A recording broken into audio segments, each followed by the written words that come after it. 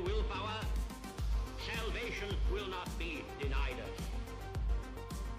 Because that challenge is one that we're willing to accept, not because they are easy, but because they are hard. We will be able to work together, to pray together, to struggle together.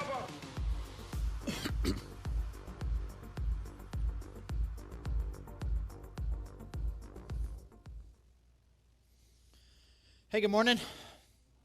Hey, if you're new, I'd also like to welcome you. I'm Charlie, the lead pastor here, and like Mark said, we are finishing up our series, kind of looking at this first section of the book of Acts, all the way up until kind of the conversion of Saul, which we're looking at today. And a story I want to tell you as we kind of are wrapping this up, it's kind of this defining moment of sorts in my life. It was the summer of 2001, June 2001 to be exact. And we got married in 1994. We spent the first 6 years as a family working with a college ministry, and really felt that God was calling us into church ministry. And so we moved to Denver, Colorado from Conway, Arkansas, to go to seminary. If you don't know what seminary is, it's just preacher grad school is what it is. And so to become a pastor, we were going to go and finish the seminary degree out there.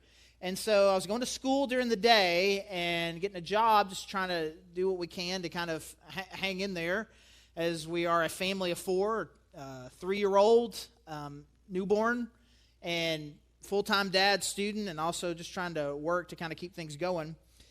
So the job I had for most of the time I was there is I was a night manager at one of the Chick-fil-A's in the Denver area. And apparently, not trying to brag or anything, apparently whatever my natural skill set is very conducive to being the night manager at a Chick-fil-A. Because the owner-operator there was very complimentary. He's like, man, I don't know what it is you're doing. Man, we really love having you here. The numbers that you're producing at night are the best that we have ever had. You're so great. He was just very complimentary and just blessed me a lot. And then so after a few months, been there, I guess by this time 7 or 8 months, it was June 2001, he comes up to me, he's like, I know you're at seminary to become a pastor, but have you considered running your own Chick-fil-A?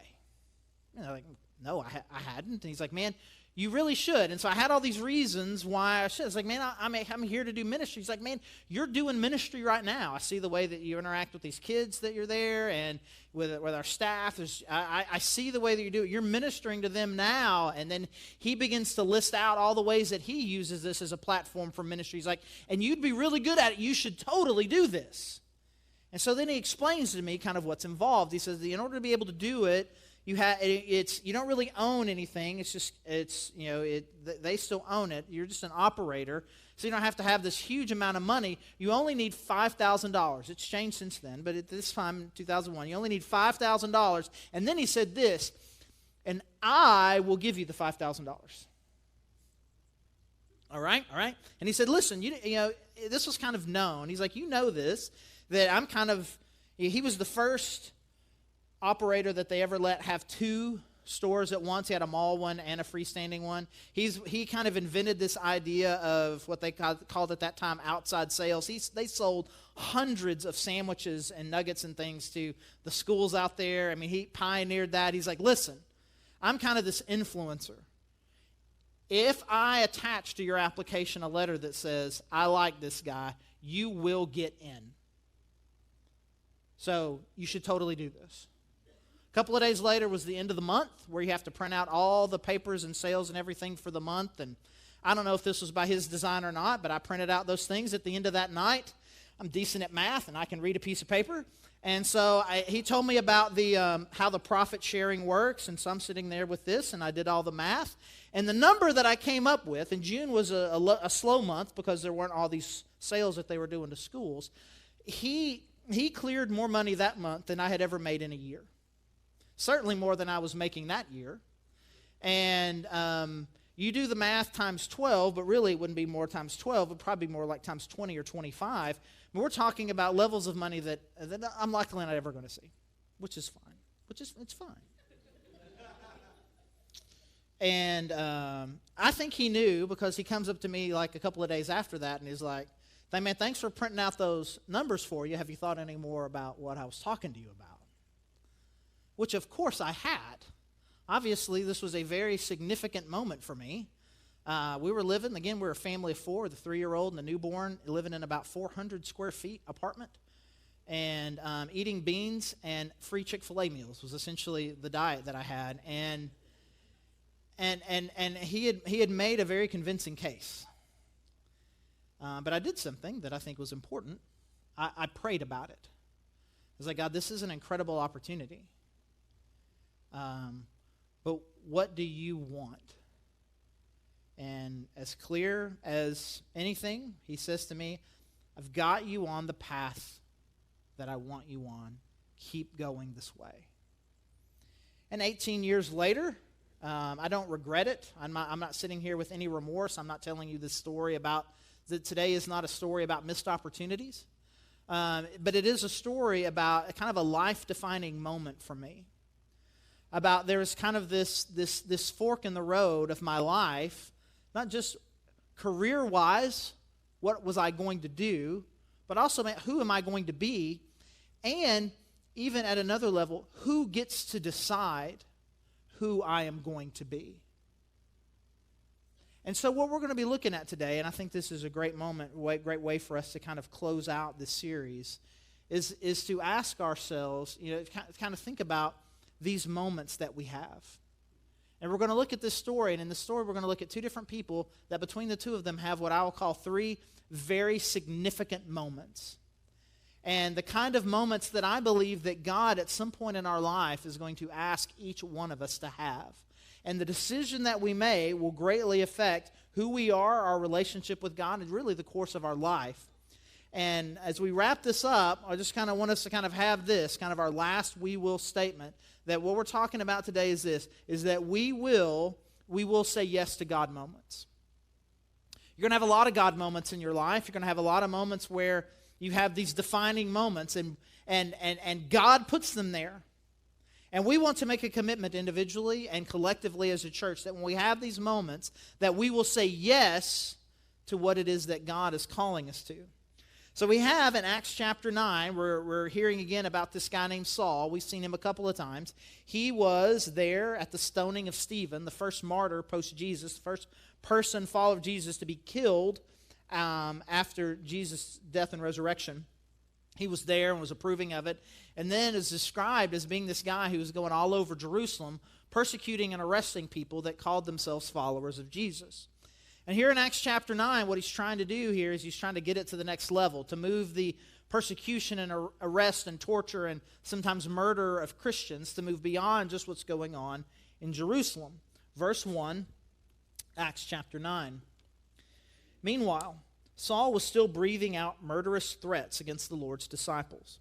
He went to the high priest and asked him for letters to the synagogues in Damascus, so that if he found any there who belonged to the way, which is at this point the description of what it meant to be a Christian, who belonged to the way, whether men or women, he might take them as prisoners to Jerusalem. As he neared Damascus on his journey, suddenly a light from heaven flashed around him. He fell to the ground and heard a voice say to him, "Saul, Saul, why do you persecute me?" "Who are you, Lord?" Saul asked. "I am Jesus, whom you are persecuting," he replied. "Now get up and go into the city, and you will be told what you must do." The men traveling with Saul stood there speechless. They heard the sound but did not see anyone. Saul got up from the ground, but when he opened his eyes, he could see nothing. So they led him by the hand into Damascus. For 3 days he was blind and did not eat or drink anything. So this is referred to as kind of the conversion of Saul. He starts off as this rabid anti-Christian persecutor and has this moment where he comes to faith in Jesus Christ. And for some of you who are familiar with this story, you'll know this, but some of you may not be particularly familiar with this story, but I've heard a Christian or someone say as they have these kind of defining moments like, I didn't see a bright light or anything, but I didn't hear a voice in the sky or anything, but like, where does that come from? This is where a lot of that comes from. This idea that in these big moments, God shines a big bright light and there's a big booming voice from heaven. And that's what happens to Saul here. He has this moment where Jesus himself, through a bright light, speaks with a booming voice and says, you have to stop this. He's like, who are you? He's like, I'm Jesus, the one that you are persecuting. You must stop this. And in this moment, he realizes that this thing that he was doing, zealously he thought for God, was actually against God. He was punishing God. He was trying to persecute God. He's like, you have to stop this. And again, what this passage is called, this story really is, it's his conversion. And so the first moment that we all have is our conversion moment. The moment in which we have to make a decision, am I going to truly be a follower of Jesus Christ or not? Now the great thing, this is a really cool story with the light and the voice and all of that. But one of the challenges that I think that has with this story is I've heard people say this, that they then compare, like I just said, well, it wasn't a big bright light, I didn't hear a voice from heaven. We kind of talk like this, that somehow Paul's conversion story is the standard, and by comparison, mine is just kind of weak and awkward and lame. And we have to get over that.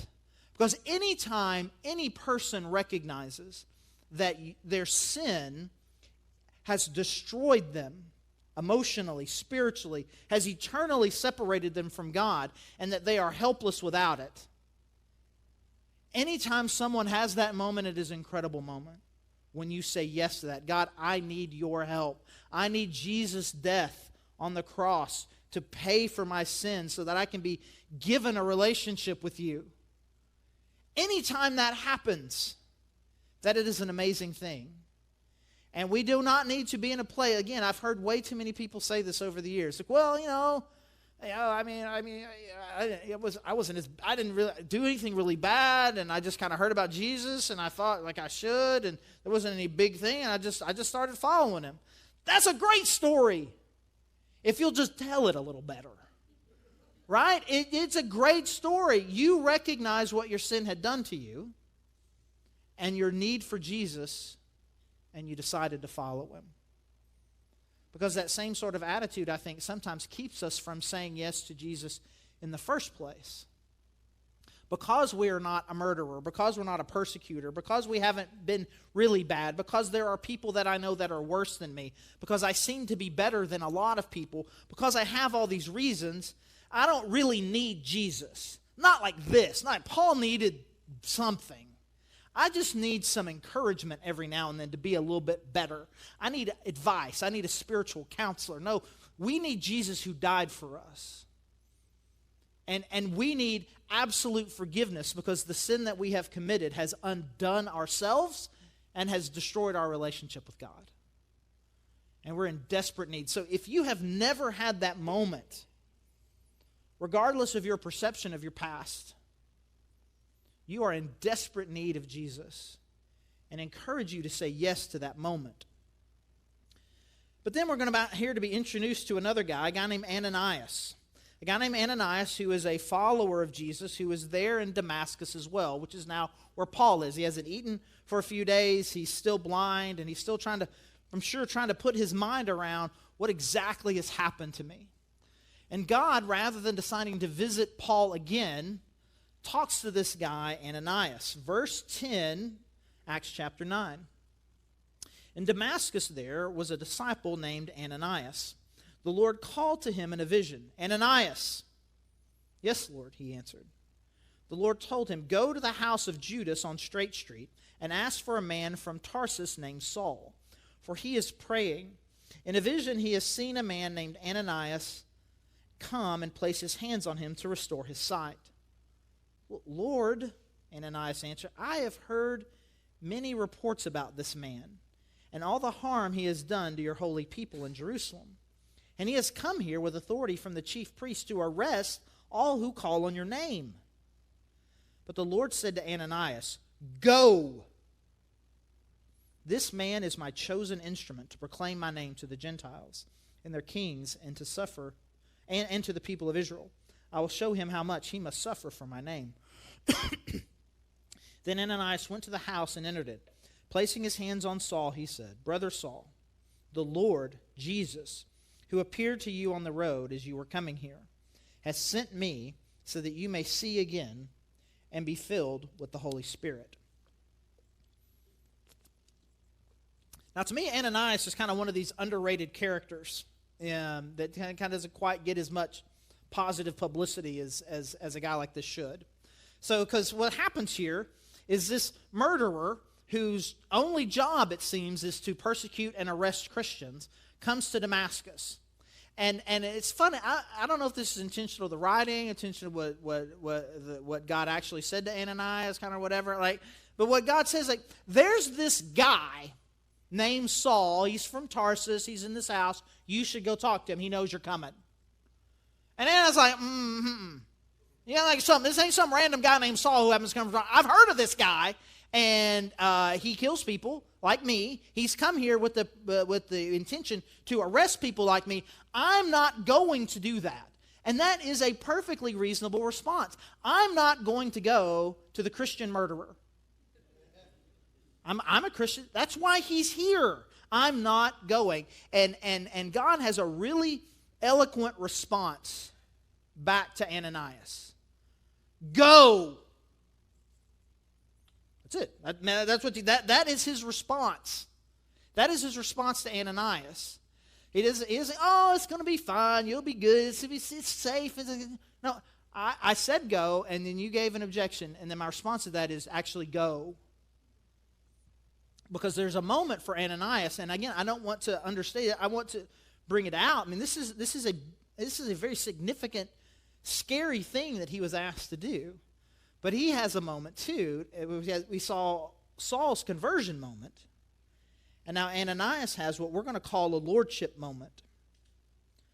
This is a lordship moment where he has to make a decision. Who gets to decide what I do? Who gets to decide who I am? What my life is about? God says do this. I have an objection, and God goes, well, okay, I see it. I'll try to ask somebody else, I guess. God says it. You have an objection. He's like, no, you forget I said it. Go. Because I think that some of us have this mentality sometimes, it just kind of creeps in, that somehow what a Christian life is supposed to be about is about comfort and safety. That God is here to make me comfortable and to keep me safe. Which helps us we need to ask the question, is God here for me, or am I here for God? Is God the creator of the universe and the Lord of everything, or is he a genie in a bottle?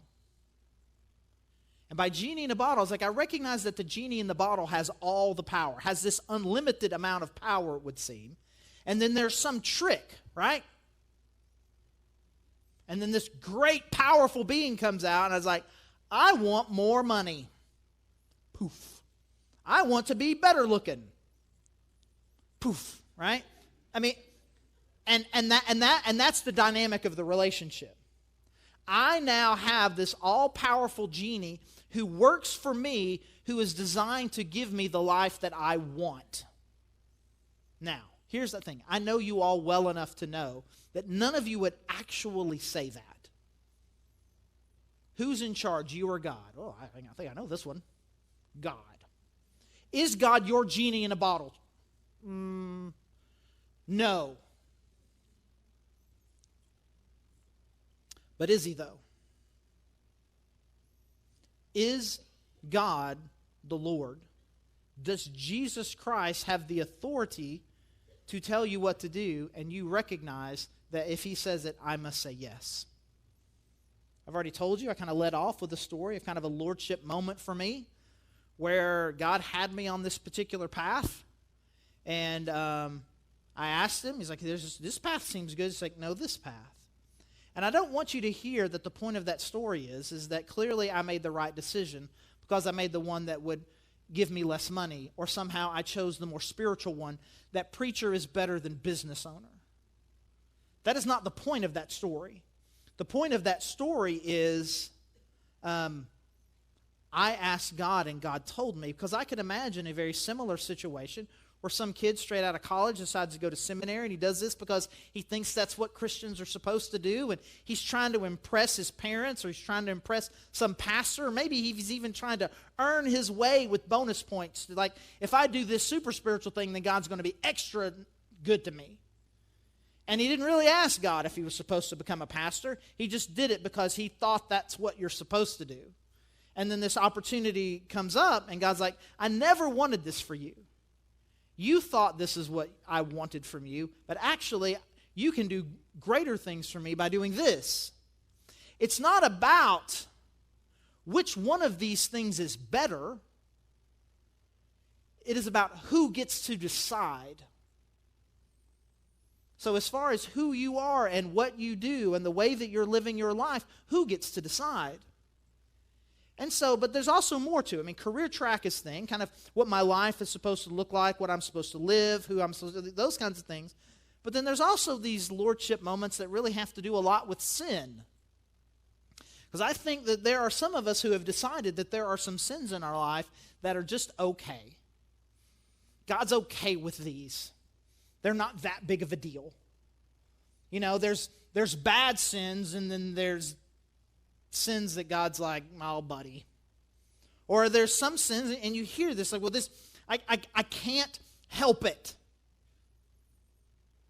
And so you surrender. You don't surrender to sin. You surrender to Jesus. And he gives you victory over the sin without the excuses. And the way, the direction that I have in the life and the character that I have as I'm living this life is determined by what God says to be true. Not what I want to be true or what I feel to be true, but about what God says is true. And so, we have to have this moment where I am willing to recognize that what determines the course and the future of my life is what God says is true for me.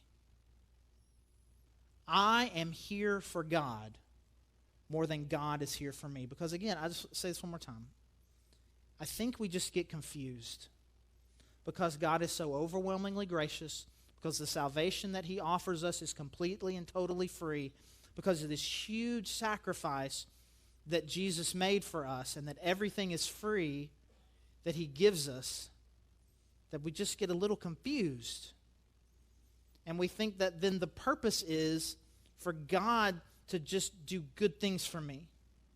And we define good as safety and comfort and happy. Following Jesus, saying yes to your lordship moment, I promise you, is for your good. We just may have to redefine what good means. And it starts with us saying, you're in control, not me.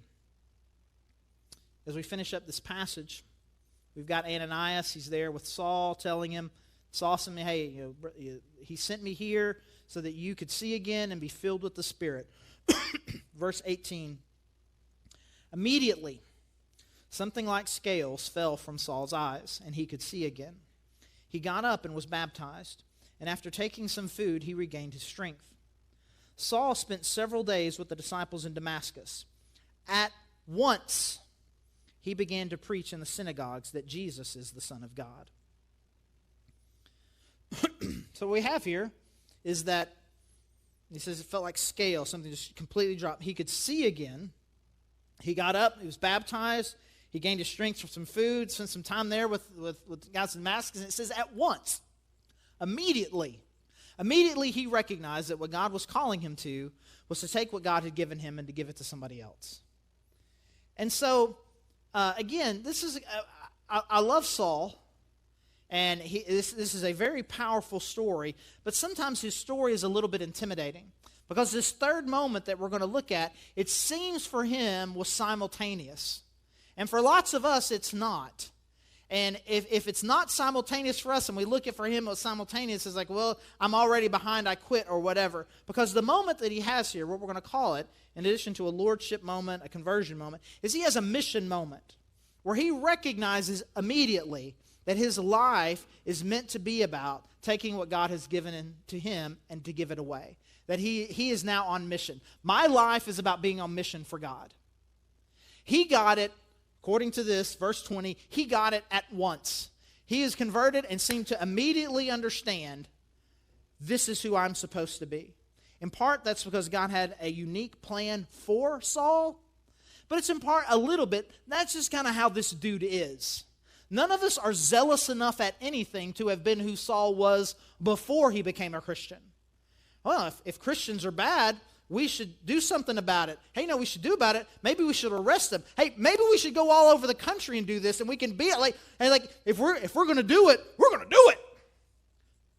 There might be a couple of really zealous people in here like that, but he's like, if we're going to do it, we're going to do it.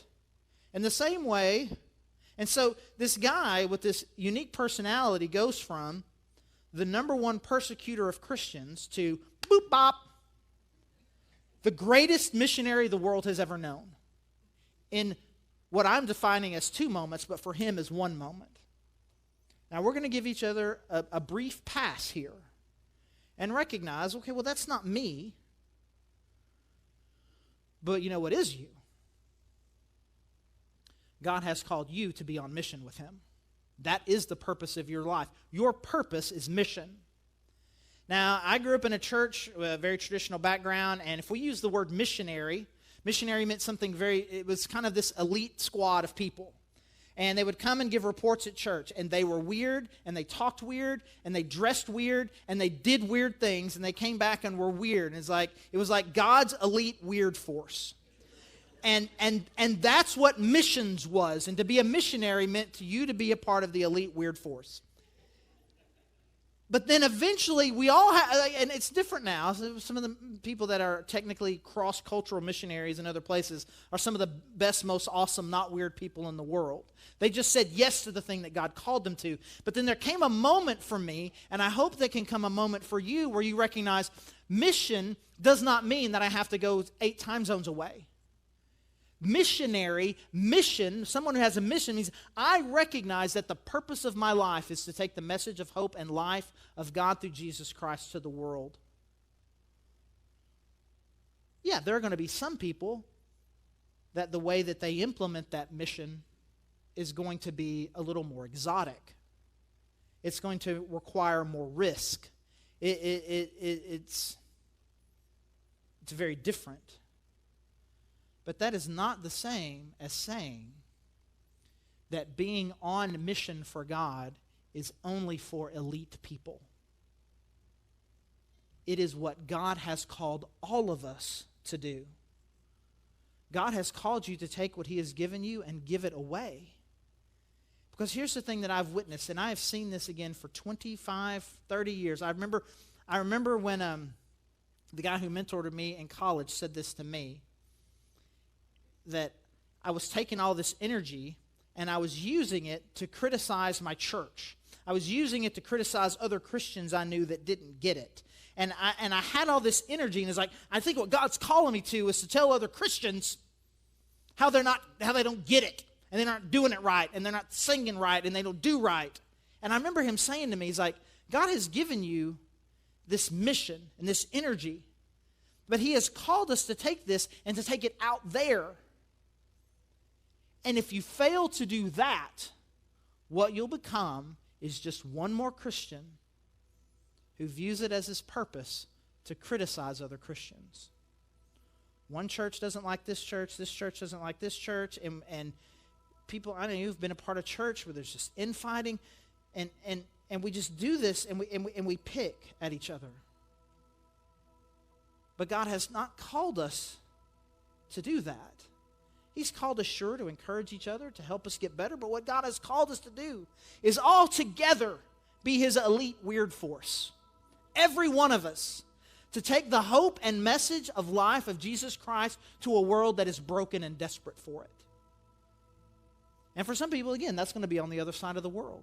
For some people, it's going to be for the broken and the hurting, people who find themselves struggling with homelessness, people who are struggling with poverty or pain or some sort of persecution, people helping love and invest in our foster care kids. You know who needs a missionary? Your neighborhood needs a missionary. Your school needs a missionary. Your work needs a missionary. Everywhere needs one. And God is calling you to that. Our kids and Grove kids need one. Our youth need one. There's lots of opportunities. But we've got to say yes first. We've got to have a moment where we say, God, whatever you say, I'll do. And so what I would encourage you, for both that lordship and missions moment, I would encourage you to invite God to have one of those moments with you right now. To pray and say, God, is there some area of my life in which I'm not submitting to your lordship? Is there something about the path that I'm on, the way that I'm living, that if you could change, you would? Now, I don't highly recommend that prayer. I'll take it. I say it a different way. I highly recommend that prayer. Just don't blame me for what happens next, is all I'm saying. Because God wants to remake you for your good. And then say, God, if it's true, you are calling me to be on mission, where would you like me to start? Open yourself up today to those moments and just see what God would say. Because here's what God has called us to do and be as a church. To collectively together say yes to the fact that Jesus Christ is the Lord of us individually and collectively, and that our lives individually and collectively are on mission with Him. So as always, we have time to pray and respond. So as you're worshiping, as you're praying, obviously there's lots of opportunities in the back, from the cross to communion to the prayer candles. Our prayer team is back there. We have an opportunity to give. Open up your heart and mind to a different way of living, a different approach to life, and a way to be on mission with God. And whatever He says to you, say yes. Let's pray. God, I thank you. I thank you for the people here who still need to make that decision to really follow you. That we're just still stuck in our sin. We're still thinking that we're okay. Or we're thinking that we don't have any hope. God, whatever's holding us back from saying yes to the life and forgiveness that your Son offers us through His death on the cross. God, whatever's holding us back, break it down so that we can say yes to your Son, Jesus. And God, I thank you for those of us here who are still battling with the idea of lordship. Whether because we are still excusing sin in our life, or because we think we get to determine our own path. God, I pray that we would say yes to lordship. And God, I pray for those of us who are stuck, thinking our lives are about ourselves. Our God, that we're just stuck with a critical heart. That God, that you would help us get unstuck. And God, be on mission with you. And that God, that we would take your life to a world that is desperate for it.